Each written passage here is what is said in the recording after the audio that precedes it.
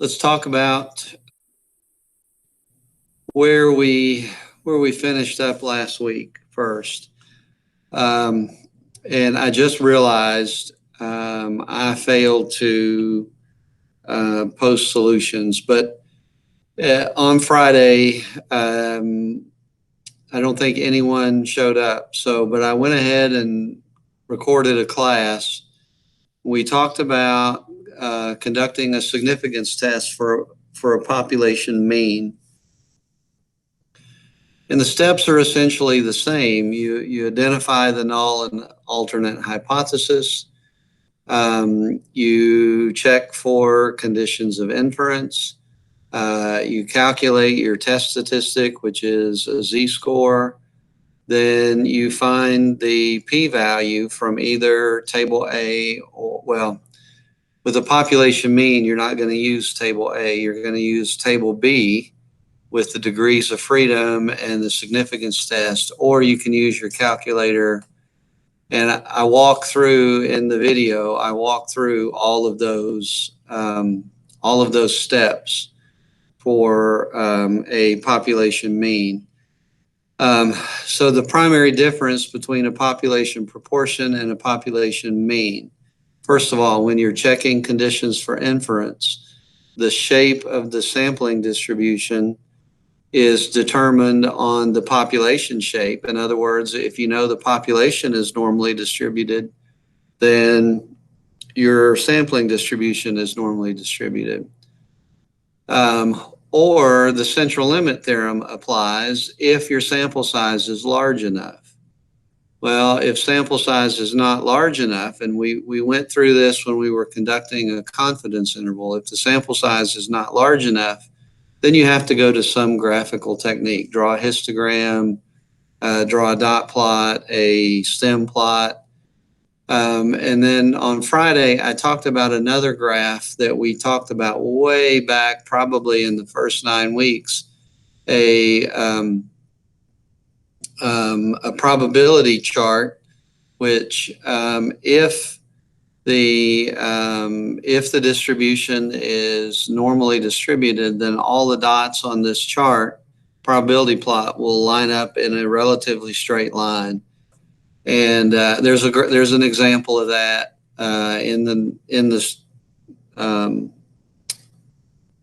the video, and you can go back to chapter 2 and refresh your memory on that. But I mean, you guys will not, for the test, you will not have to create a probability plot, because that's something you have to do with your calculator. You may have to sketch a histogram. You can do that without a calculator, or a dot plot, or a stem plot. But regardless, when you're testing the conditions for inference for a population mean, just be aware that it's different than for a population proportion. And then in the last step, finding your p-value, do not use table A. Use table B and find your degrees of freedom. And I discussed that. We go through that whole process again. So you're going to want to make sure you watch that. What I failed to do is at the end of that, I assigned 2 problems to work on.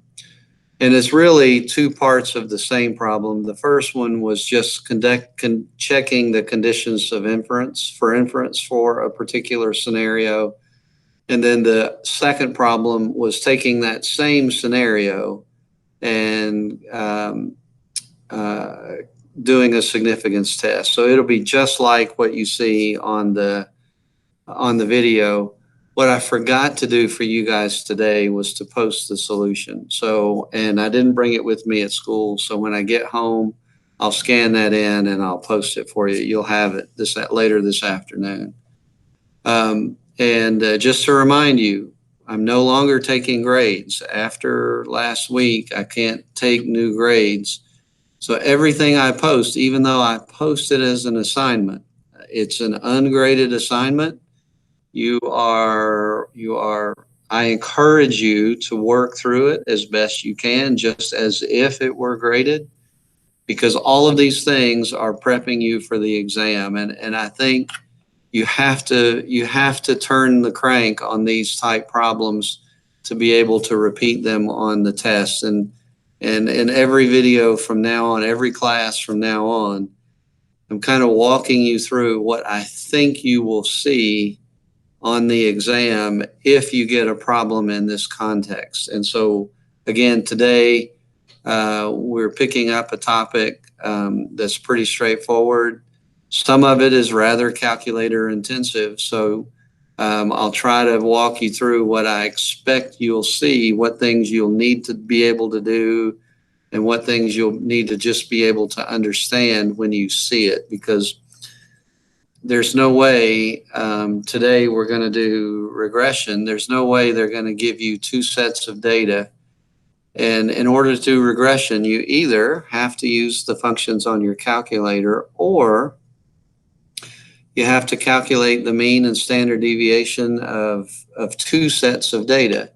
And you can't do that in a 20-minute or 25-minute time frame on a 4-function calculator. So I think they will give you the mean and standard deviation for the data, and then you may have to use you may have to use the formulas. And I'll show you those in just a minute. Anyway, my plan going forward, at the end of every day, I will assign you something to work on. It will be in the assignment section, but it is ungraded. So whether you do it or not really is up to you. If you want to submit it to me, I'll be glad to look over it and give you, my comments, or you can just wait till the next day and review the solution with me in class. But it's really up to you as to whether you work on it or not. But I encourage you to do so. I think what I'm trying to pick out things that I think you're likely to see on your exam in a couple of days or at the end of next week. Okay.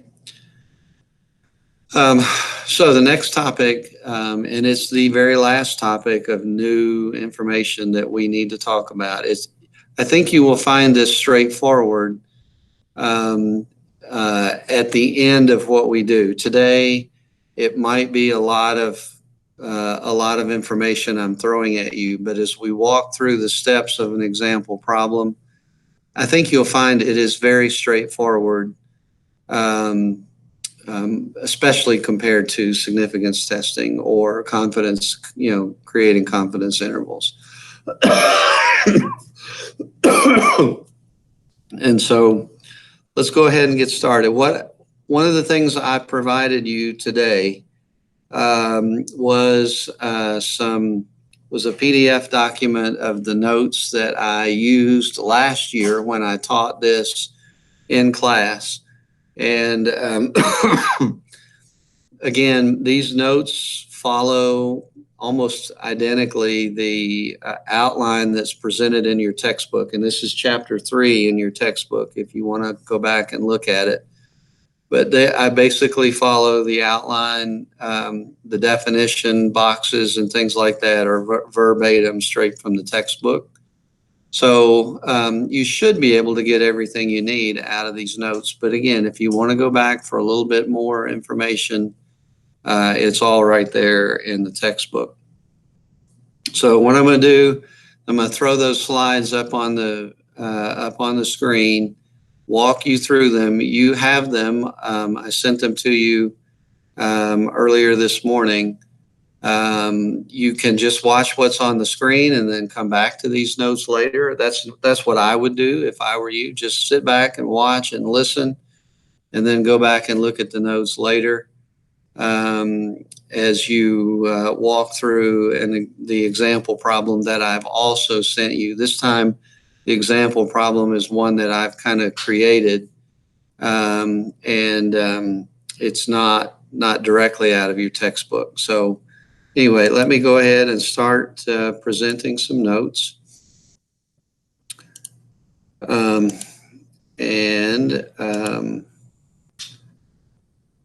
Let's see. Yeah. So what you should see on your screen is displaying relationship scatter plots. If you don't see that, sing out now so that I'll make sure I get it up there.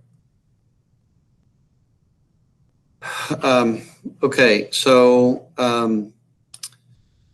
a scatter plot is basically a graphical representation that shows the relationship between two quantitative variables. Almost everything we've done, in fact, probably everything we've done this whole year has really dealt with just one quantitative variable at a time. For example, the proportion of red chips in a bucket. That's one quantitative variable. The heights of students or the scores on a particular test. Those are all one singular quantitative variables. So a scatter plot takes two quantitative variables and presents them on the XY axis. And you've done this many times before in other classes. You just may have never called it a scatter plot, and you may have never really talked about it in terms of really being two quantitative values. And the way you create a scatter plot is we have to divide the two variables into the explanatory variable and the response variable. And we've talked about explanatory and response variables when we did experiments. Okay, so we're familiar with the idea of an explanatory variable. The important thing is when you're creating a scatter plot, the explanatory variable always goes on the x-axis. Okay, so that's easy to remember. And the data points will be, the points on the graph will be, there's an x value and a y value, and you just plot them like you did in Algebra 1. When you plotted xy, you were given xy coordinates and you plotted them on the xy plane. So what does that look like? Well, we talked about explanatory and response variables before. The response variable is what we are trying to measure. It's the outcome we are seeking. The explanatory variable is the thing that we think will influence the outcome. It's a cause and effect relationship. Now, I do want to warn you, when we're talking about this section of statistics, we are not talking about causation. We can only talk about correlation in a scatter plot. The only way in this course that we talk about causation is when we talk about confidence intervals and significance testing. We don't know enough information when we look at a scatter plot to say that X causes Y. We only say that X is related to Y. So we have to be very, very careful about implying or stating a direct causation. The term we're going to use is correlation. And so this should be pretty straightforward, but we'll go ahead and talk about it anyway. The National Student Loan Survey provides data on the amount of debt for college graduates, their current income, and how stressed they feel about their college debt. A sociologist looks at the data with the goal of determining the amount of debt and income to explain stress.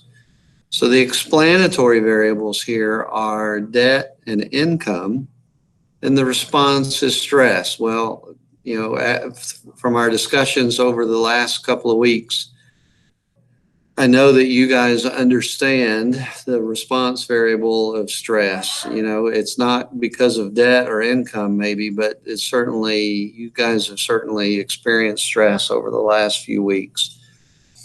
And so what we do when we plot, for example, a values for particular students and their debt and those same students with their stress, we create an XY plot where the debt variable is plotted on the x-axis and the stress level is plotted on the y-axis.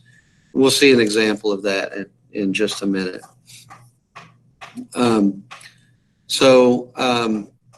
The one thing that I think you will likely be asked to do on the exam is you'll be given a scatter plot and you'll be asked to describe it, just like you might be asked to describe a single variable distribution, and you'll use SECS for that, shape, extreme, center, and spread.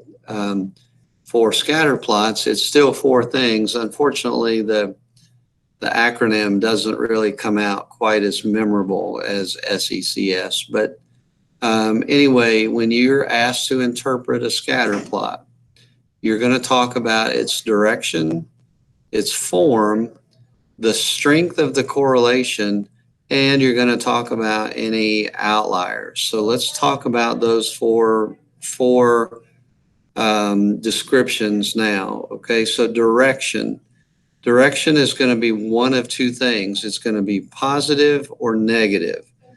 And that it falls exactly in line with what you know from Algebra 1. It refers to, do the dots lie on a line that would be with a positive slope like this one, or would they line themselves up around a line that would have a negative slope that goes down and to the right? Okay, so direction is always going to be either positive or negative. Form in this class is only going to be, it's either linear or nonlinear. In higher levels of stats classes, you would classify them perhaps as second order. In other words, they're shaped like a parabola, or third order where they're shaped like a saddle, or sinusoidal, or cosine. They're logarithmic, exponential. There are tons of other types of forms that you may use in statistics. But in this course, we're only going to choose from linear or nonlinear. And I'll show you some examples in just a minute. In this case, this appears to be fairly linear. Most of the dots lie pretty close to what we can imagine being a line. And you can kind of see where this is headed. Ultimately, we're going to calculate this. Sometimes you refer to it, you may have had a biology class or some other integrated science class where you've talked about a line of best fit. And so we're going to get to, by tomorrow, we're going to get to this thing we call a regression line. And it's going to be the line that best fits through these data points. And we're going to use one particular method for calculating that best fit. Again, in statistics and in mathematics, there are many, many ways to calculate that fit. But for us, it's going to be one particular method. But for now, we need to describe this particular graph in terms of its form, and we're going to say it's linear, even though there's a dot over here that doesn't really fit the pattern. One dot, we're just going to say, hey, that's an outlier. Now, if there were lots of dots over here and it might look like this pattern is kind of curved, we might say it's nonlinear. But for now, we're going to just distinguish between linear and nonlinear. Then the other thing we're going to talk about is the strength of the correlation, or the strength of the relationship. A strong relationship means the dots are closely bound to the regression line, or we can kind of imagine connecting these dots with a line that goes through here. So a strong correlation or a strong relationship, the dots are fairly close. A weak one is the dots are really far apart. They're really spread out, and the line is rather fuzzy, if you will. And then outliers, we're gonna look at outliers as values that fall a long way, that fall a long way away from this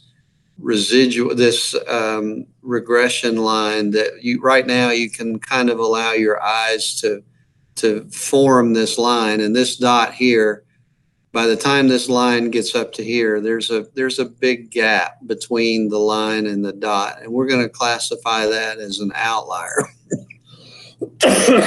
So looking at this graph, and I think it's described in the textbook, but it's a graph of a group of hikers, and we've measured their body weight versus their pack weight. And what we see is that hikers that tend to be lighter in weight tend to carry lighter weight packs, and that makes sense.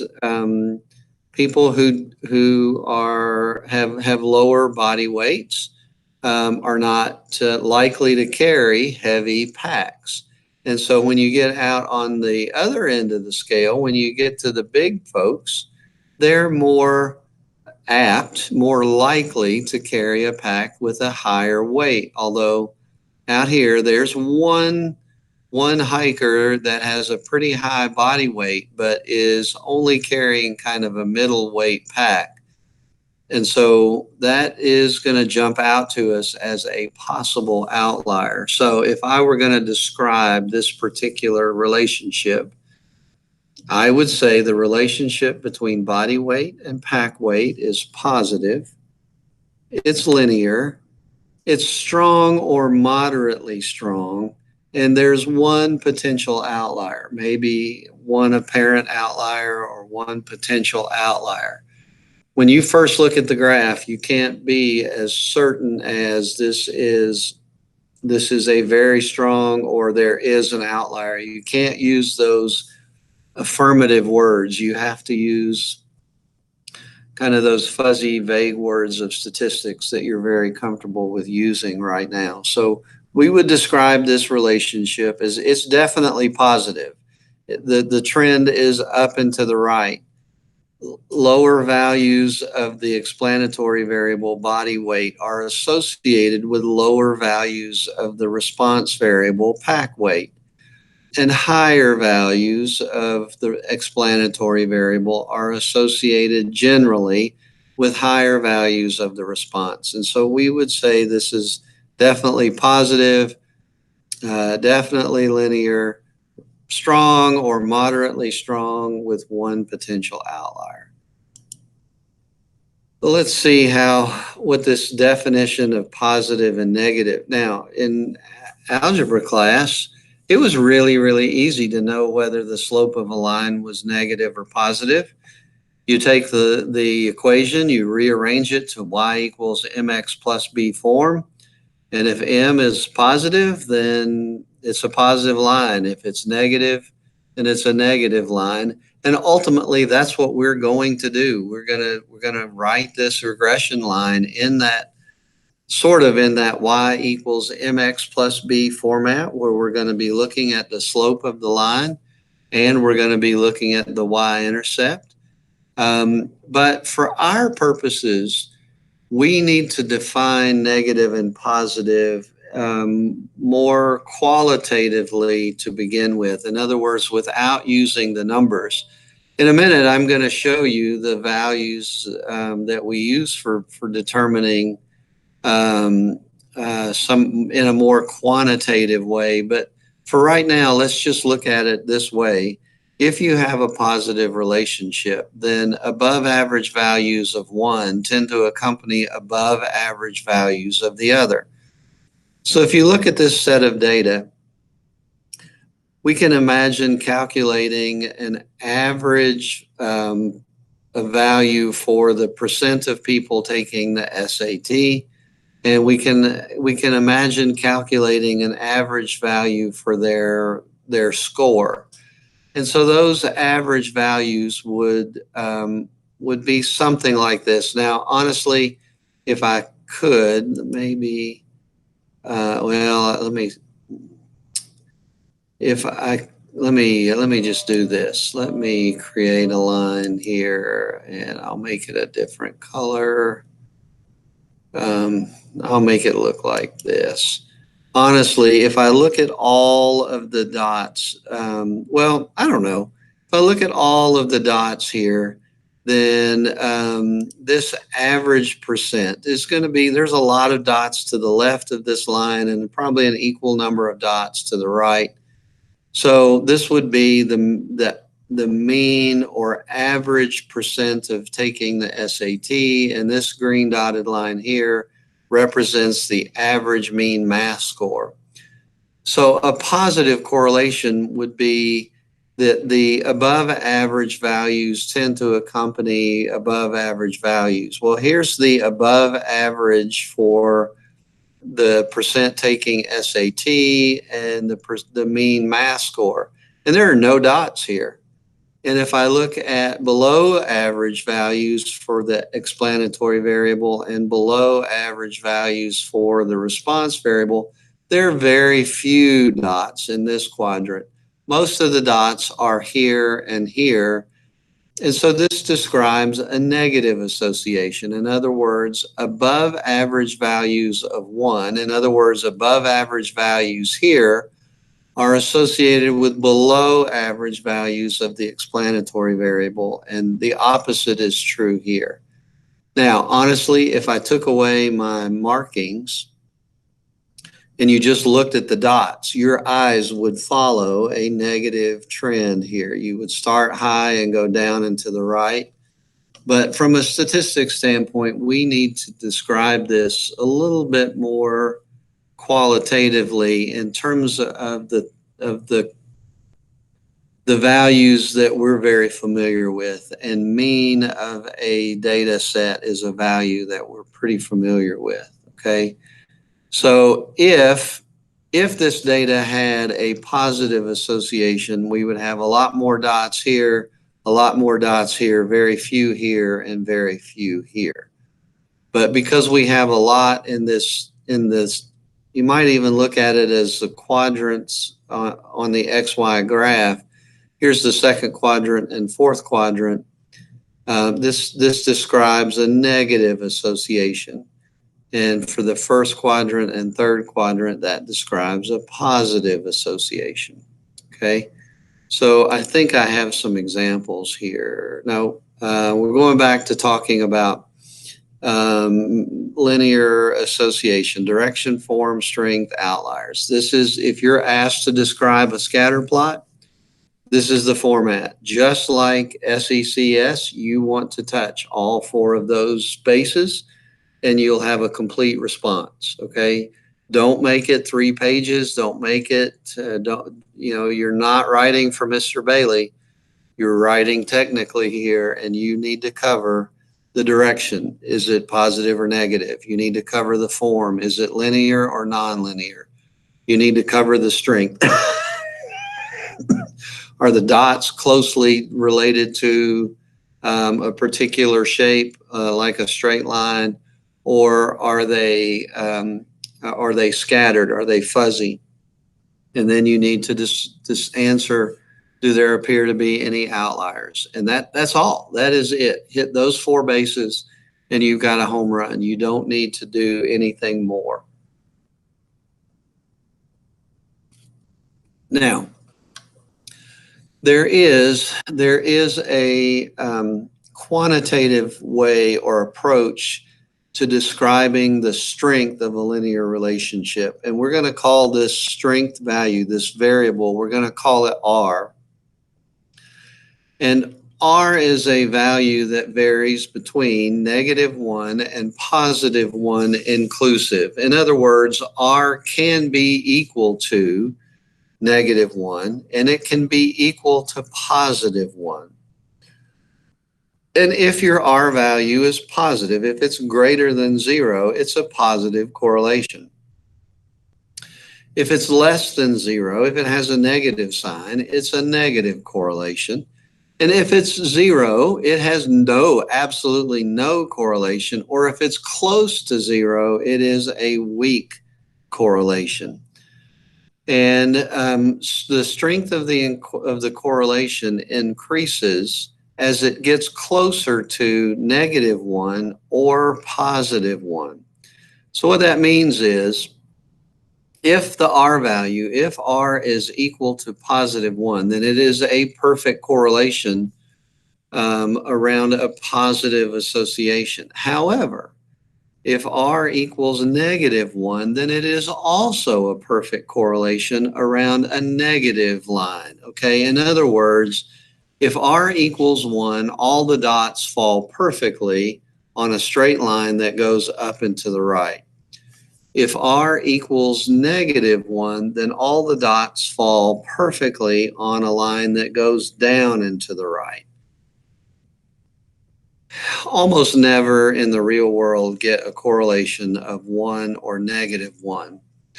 What you might find in the real world is an R value of say positive 0.9.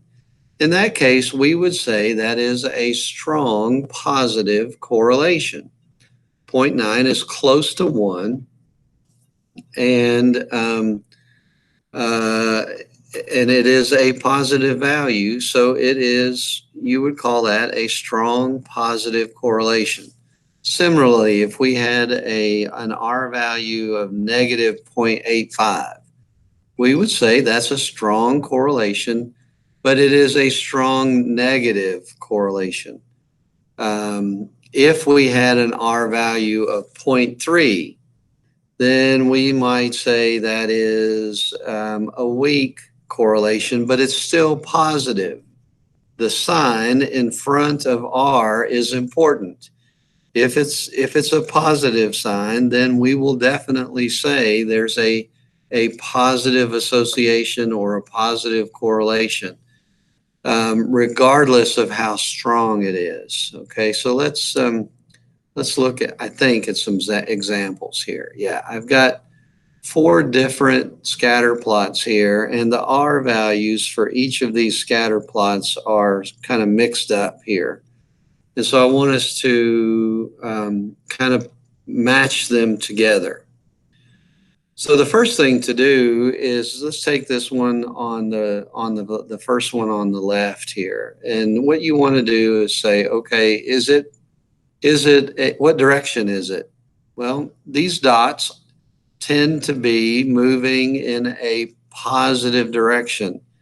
Lower values of the X variable are associated with lower values of the Y variable, and higher values of the X variable are associated with higher values of the Y.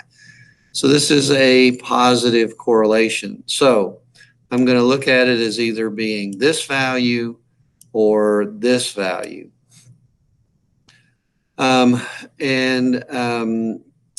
When I look at the other shapes, when I look at the other scatter plots, what jumps out to me is that this one, definitely negative. The dots are correlated pretty closely around a line. In other words, it's easy for my mind's eye to envision the line of best fit or the best regression line here. So this looks like it's pretty strongly correlated. The value here that has the strongest correlation is -0.92. So I'm just going to say this one fits here pretty certainly. These two in the middle, the dots are very, very fuzzy. And so these are going to have the lowest correlation values, or the values closest to 0. So these two are the closest to 0. So the way I'm going to look at this one is, this is definitely a positive value. There's some fuzziness around the line, but R equals 0.7. I can pretty certainly determine or envision a positive line of best fit fitting those dots. Here, these dots appear to be pretty random, and so I look at this and say, well, if I look at this, I can kind of see a a direction here that might fall in between lines that look like this. And so I'm going to say, yep, that's definitely a positive direction.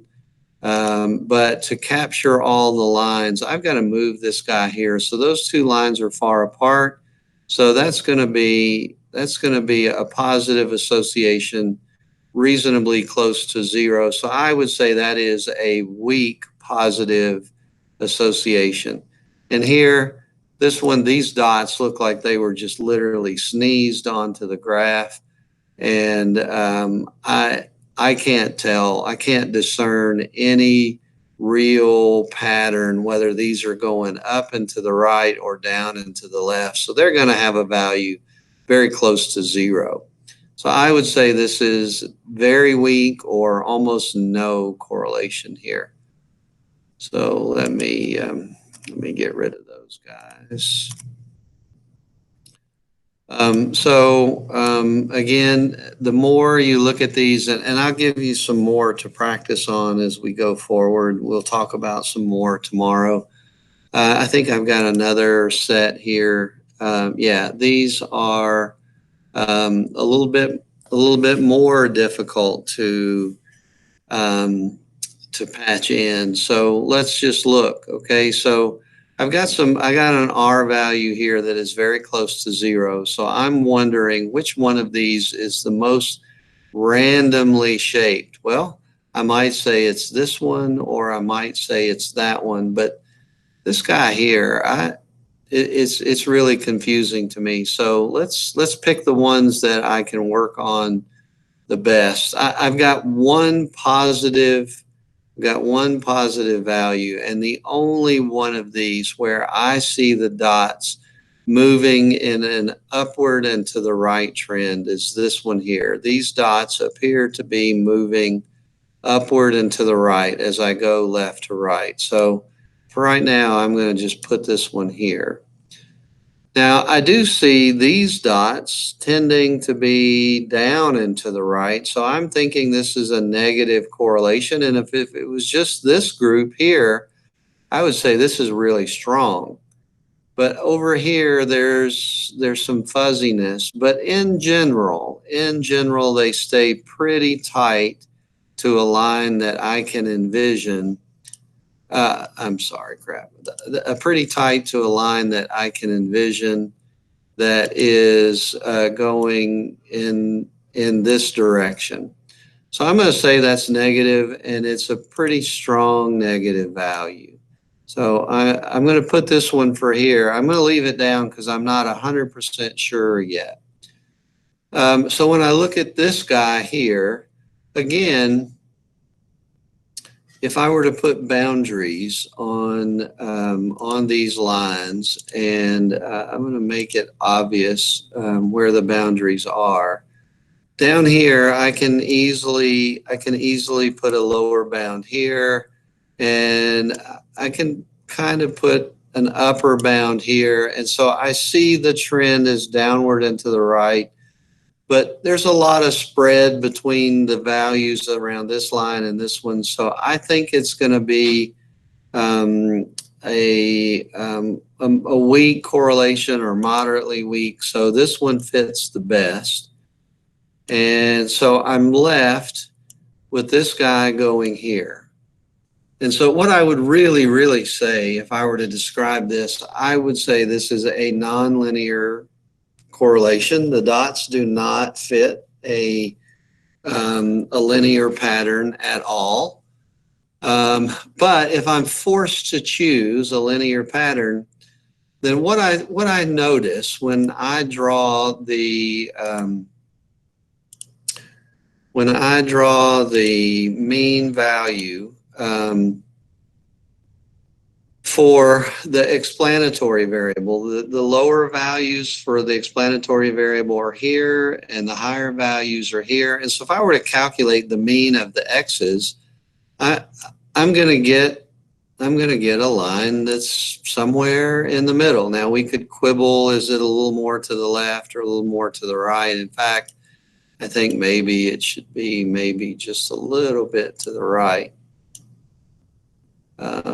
Maybe right there. And so the same thing about the y values. It's going to be something here. And when I look at this and I draw a let's see, I want a shape. I want a circle. I guess, yeah, there we go. When I draw this shape, then I notice that, oops, let me move that one. There, got the wrong one. There are some values in the third quadrant, and similarly, there are some values in the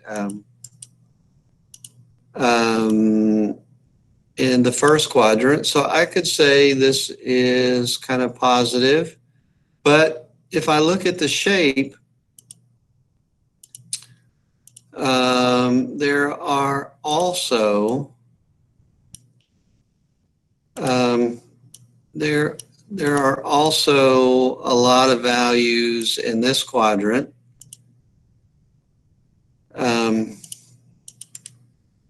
And there are quite a few in that quadrant as well. So what that tells me is this is neither positive or negative. It's going to be a value close to zero. I did a lot of talking just to say this has really no linear correlation, okay? But I want us to begin to look at things in terms of a below average of both and above average of both being connected, and a below average of one and above average of the other being connected, etc., to get this notion of negative versus positive slope. So when I'm forced to put a linear correlation value on these graphs, I think this is the best one. And this one here, I would say, look, I'm not going to agree that that's linear. That's clearly a nonlinear graph. But if we were forced to choose a linear correlation, we would say it's practically zero. And that's what that number says right there. Okay. So let's summarize notes about correlation, and then I'll move on to our example, and we'll go from here. Okay, so correlation makes no distinction between explanatory and response variables, even if you got it wrong and you plotted the explanatory variable of this data set on the y-axis and the response variable of this data set on the x-axis. Even if you got it backwards, the correlation would still be the same. It would still be a negative value, and it would still be a value close to -1 or close to 0, either way. And so R does not change by changing the units of measure. In other words, if we were measuring, for example, go back to the pack weight example.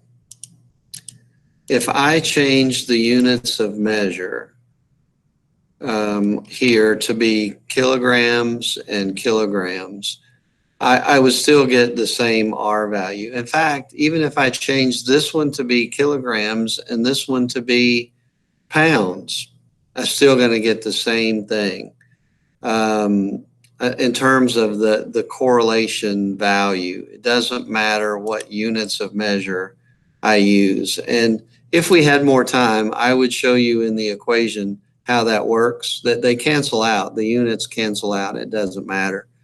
But it's really not that important. You're not going to calculate this thing using the equation, and so we're really not going to go through a lot of that detail. Correlation does not describe nonlinear distributions, and that goes back to this number 3 picture. I'm really being a bit disingenuous in terms of trying to force you to give a correlation for this graph, which is clearly not linear. But if we did, this is what it would look like. And then here's the important thing. Correlation is not resistant. And remember when we talked about resistant values, it means that it is a parameter that is strongly affected by outliers. In other words, if all your dots line up really well on a particular regression line, and you have one dot that is far away from that line, one data point far away from that line, it will change your regression line, but it will also change the value of your correlation. It will go from strong correlation to moderately strong, or something like that. So correlation is not resistant to outliers. One outlier makes a big difference when we talk about correlation. And correlation is not a complete summary of the data. You have to draw the picture. I could say, okay, I have an R value of -0.85 or -0.85. I want you to draw me the graph, and you can't do that. You have to be able to have more information than just the R value. Okay, so I'm going to stop here in terms of giving out information. I'm going to switch to the example that we're going to walk through, and it's one that I think you'll be familiar with. We're going to talk about purchasing a used vehicle, and in this case, we're looking for a used Honda CR-V.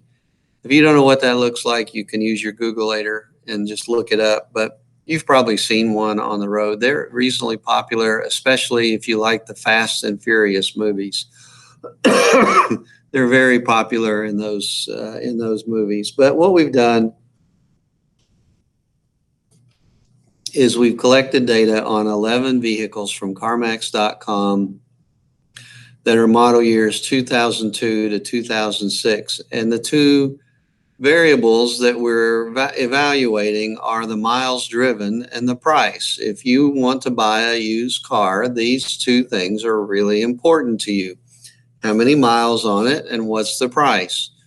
Our son Seth just recently, and his wife just bought a vehicle last week, and it was used, and the things that were important to them were how many miles on it and what's the price. And so these are two very important variables. Now, honestly, there are other variables that you might look at in terms of buying a used car. You might look at qualitative variables like what's the color, does it have air conditioning, does it have a lot of dents or rust? Those are all quality of vehicle things. Quantitative values might be how many accidents has it been in, how many owners does it have, things like that. But these two are probably the most important variables that you want to look at. Okay, so the first thing we want to do here is use the calculator to create a scatter plot, and I'm going to show you how to do that. And using the calculator. Now, this is not something I think you'll have to do on the test, but it's important that we go through the process. Well, it's going to be, we're going to open up our calculator here, and we can see the data. We're going to go, first of all, we need to take these two these two variables, and we need to edit them into a list. So we'll do stat edit, and you can see I've already done list 1 and list 2, where list 1 I put the miles driven, and in list 2 I put the price, because I think the explanatory variable here is miles driven. And if you've ever bought a used car, I think you'll agree with me. Lower miles driven or fewer miles driven tends to demand a higher price. And that's what we see here. A vehicle, an older vehicle with fewer miles it usually has a higher price. An older vehicle with a lot of miles tends to have a lower price. And so I think this is the explanatory variable and this is the response variable. So I put them in as list 1 and list 2. So now to graph them, I'm going to go to stat plot, second function. Y equals gets me to stat plot. So I'm going to turn plot 1 on, just so I hit enter. Now the question is, what kind of graph do I want? And you remember we've looked at histograms and we've looked at box plots, and this is the normal probability plot that I talked about a little bit earlier. But here we're going to do a scatter plot, and it's one of the first two. And for what we're going to be doing, I encourage you just to pick the first one. It should be fine for what we're going to do. So you'll push enter and select the first one and then arrow down and determine the X list. And so I think the explanatory variable is L1. So I do second function 1 to get L1 here. And then for the second variable, I think it's L2 and it was already there. And I'll use a square for my value for my data point. That'll be just fine. So when I click graph, I'll have to hit zoom 9 to get it into range. And sure enough, this is my scatter plot. We can trace the values. So the very first value is 22,000 miles driven, and it's associated with a Y value of 17,998. So as you hit the right arrow key, you should be able to follow these things down and catch the graph, okay? Catch the data, double check that, okay, X is 35,000, Y is 14,998, okay?